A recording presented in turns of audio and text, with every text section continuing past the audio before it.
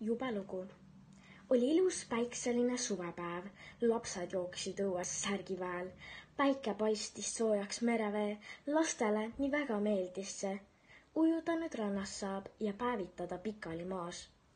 Äkki tõusis kõva tuul, lastel oli hirm nii suur. Veest tõusis hiigel lohe, lapsed jooksid koju kohe.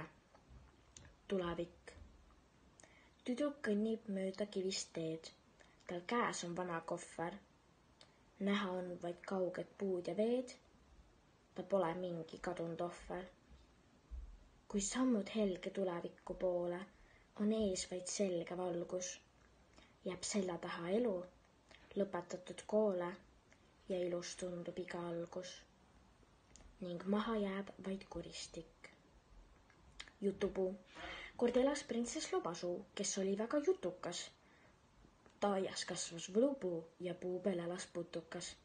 Ta päevad läbi kõneles, ei vaikinud tema suu. Loss jutu peale unelas, kuid jutust kasvas võlupuu. Printsess aina lobises, prints kuulas nii, et mõru meel. Puu vaikselt aias võbises, kuid taipas putukas. See on eesti keel.